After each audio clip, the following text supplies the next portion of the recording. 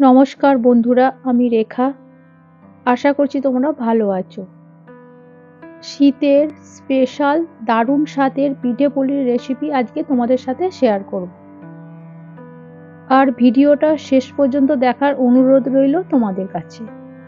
নতুন নতুন ভিডিও দেখতে হলে আমার চ্যানেলটিকে প্লিজ সাবস্ক্রাইব করে দিও। প্রথমে লাগছে মিহি করে বাঁধাকপি কুচোনো, ছোটো ছোটো করে আলু কুচোনো আর এক বাটি কড়াইশুঁটি। এরপর গ্যাসটা অন করে কড়াই বসিয়ে দেবো। তাতে পরিমাণ মতো তেল দিয়ে তেলটা গরম হয়ে গেলে একটা তেজপাতা, 1 চামচ 5 ফোড়ন, একটা গোটা শুকনো লঙ্কা ছিঁড়ে দিয়ে দেবো। ফোড়নটার ভাজা গন্ধ বেরোলে আলুর টুকরোগুলো দিয়ে দেবো ভাজার জন্য। আলুটা ভাজার সময় গ্যাসের ফ্লেমটা আমি মিডিয়াম করেই আলুগুলো ভেজে নেব। সমস্ত কুচোনো আলুগুলো দেওয়া হয়ে গেলে 2 মিনিটের মতো নাড়াচাড়া করে ভেজে নেব। আলু ভাজা হয়ে গেলে 1 চামচ দিয়ে দেবো আদা বাটা, 1 চামচ হলুদ গুঁড়ো আর 1 চামচ লঙ্কার গুঁড়ো দিয়ে ভালোভাবে কষতে থাকবো। গ্যাসের ফ্লেমটা লো করে কষতে থাকবো। 2 থেকে 3 মিনিট পর্যন্ত মশলাটা আলুর সাথে কষিয়ে নেব। মশলাটা ভালোভাবে কষা হয়ে গেলে দিয়ে দেবো কুচোনো বাঁধাকপি। আমি এখানে বাঁধাকপি দিয়ে পুর তৈরি করছি, তোমরা চাইলে ফুলকপি দিয়েও পুরটা তৈরি করতে পারো।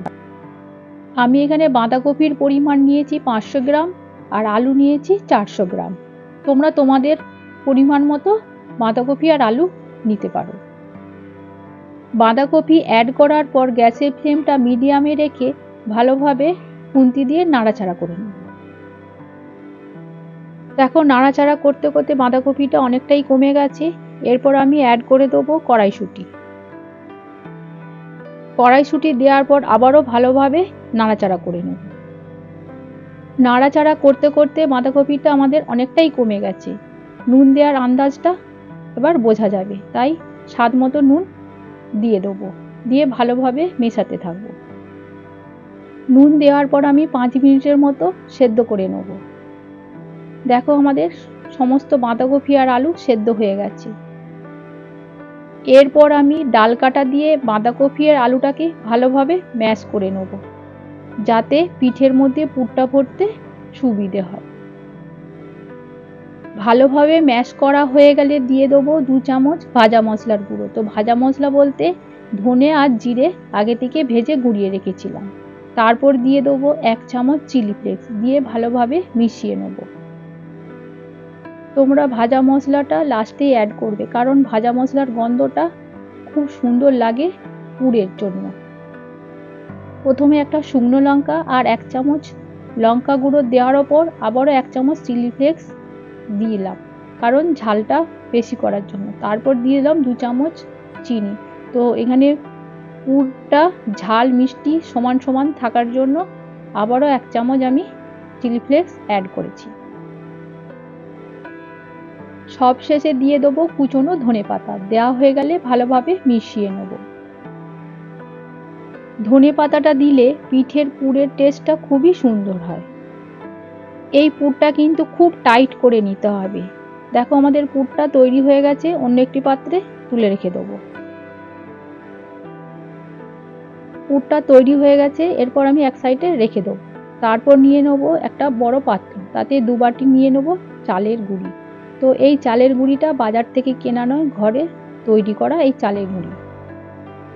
তারপর দিয়ে দেবো স্বাদ মতো নুন দিয়ে ভালোভাবে মিশিয়ে নেব। মেশানো হয়ে গেলে এখানে গরম জল দিয়ে চালের গুঁড়িটা মাখতে থাকো। তো প্রথমে অল্প অল্প জল দিয়ে চামচ দিয়ে গুঁড়িটা মেখে নেবো। যেহেতু গরম সেই জন্য হাত দিয়ে মাখা যাবে না, চামচ দিয়ে এখানে মাখতে হবে। আবারও অল্প জল দিয়ে গুঁড়িটাকে মেখে নেব। এরপর আমি হাত দিয়েই আস্তে আস্তে করে মেখে নেব। তো এতে একসঙ্গে আমি গরমের জন্য মাখতে না পারাই তো থালার মধ্যে কিছুটা তুলে নেব। তুলে ওর মধ্যে ভালোভাবে মেখে নেব।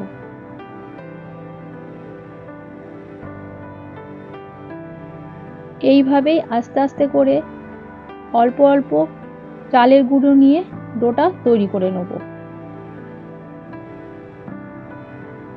এরপর আমি একসঙ্গে সমস্ত চালের গুঁড়ো ডোর মতো করে মেখে নিয়েছি।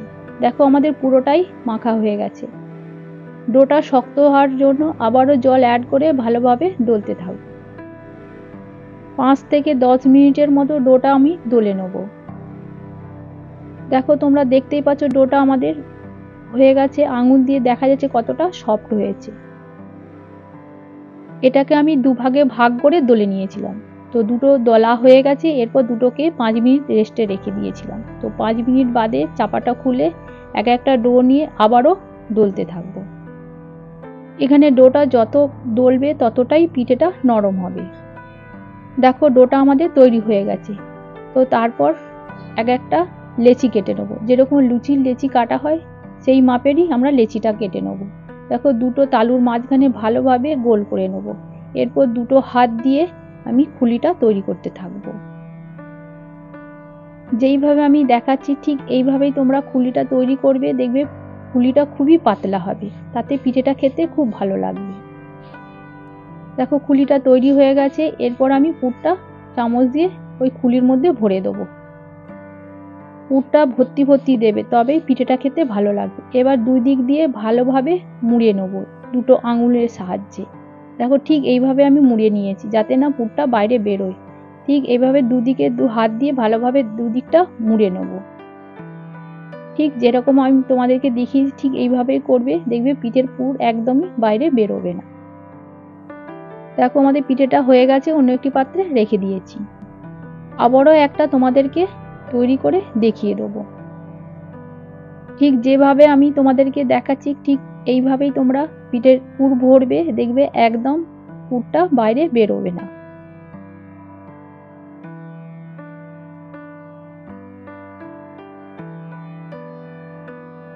পুলি তৈরি হয়ে গেছে। এরপর আমি চামচ দিয়ে পুরটা ওর মধ্যে ভরে দেবো।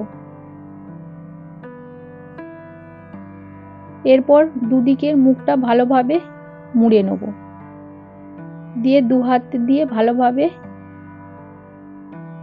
আবারও মুড়ে নিতে হবে।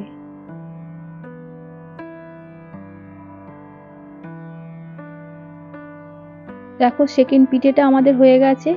এই রকম ভাবেই সমস্ত পিঠেগুলো আমাদের তৈরি করে নিতে হবে। আগে থেকে আমি হাঁড়িতে জল গরম বসিয়ে রেখেছিলাম। তো জলটা গরম হয়ে গেছে, তো জলের পরিমাণ হাফেরও বেশি। হাঁড়ির মুখে একটা ঝাড়ি বসিয়ে দেবো। তো জলটা ফুটে এলেই আমি পিঠেগুলো ঝাড়ির মধ্যে আস্তে আস্তে সাজিয়ে সেদ্ধ হতে দেবো। দেখো ঠিক এইভাবে পরপর সাজিয়ে কিন্তু ঝাড়ির মধ্যে পিঠেগুলো সেদ্ধ করার জন্য দিতে হবে। ঠিক আমি যেইভাবে তোমাদেরকে দেখাচ্ছি ঠিক এইভাবে দেবে, কোনো পিঠেই একটাও ভাঙবে না। প্রথমে আমি ঝাড়ির মধ্যে অল্প পিঠে দিয়েই সেদ্ধ হতে দেবো। পিঠেগুলো দেওয়ার পর ঢাকনা দিয়ে ঢেকে 5 মিনিট মতো সেদ্ধ করে নেব। তো 5 মিনিট বাদে আবারও অল্প কিছু পিঠে ওর ওপর সেদ্ধ করার জন্য দিয়ে দেবো।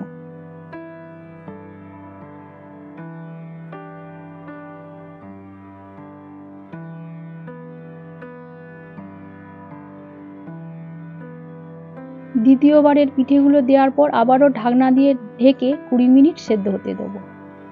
20 মিনিট বাদে ঢাকনাটা খুলে দেখে নেবো যে পিঠেগুলো আমাদের সেদ্ধ হয়েছে কিনা। দেখো আমি পিঠের একটুখানি মুখ ভেঙে দেখলাম যে সেদ্ধ হয়ে গেছে। এরপর ওপর থেকে ঠান্ডা জল ভালোভাবে পিঠেগুলোর ওপর ঢালতে হবে, কারণ ঠান্ডা জল ঢালার কারণ হচ্ছে যাতে পিঠেগুলো না জড়ায়। এরপর আমি চুবড়িতে সমস্ত পিঠেগুলো ঢেলে নেব। এইভাবেই আমাদের তৈরি হয়ে গেল পুলি পিঠে। তো তোমাদেরকে আমি একটা পিঠে ভেঙে দেখাচ্ছি কতটা ভর্তি ভর্তি পুর আছে। তো প্রথমে একটা আমি বাঁধাকপির পুর ভরা পিঠে দেখালাম ভেঙে, তারপর একটা আমি নারকেলের পুর তৈরি করেছিলাম সেই পুরটা ভেঙে দেখালাম। আশা করছি ভিডিওটা তোমাদের ভালো লেগেছে। আর ভালো লেগে থাকলে প্লিজ একটা লাইক, শেয়ার ও সাবস্ক্রাইব করে দিও। আর অবশ্যই এই রেসিপিটা ট্রাই করো, কেমন হয়েছে কমেন্ট বক্সে জানিও। নমস্কার।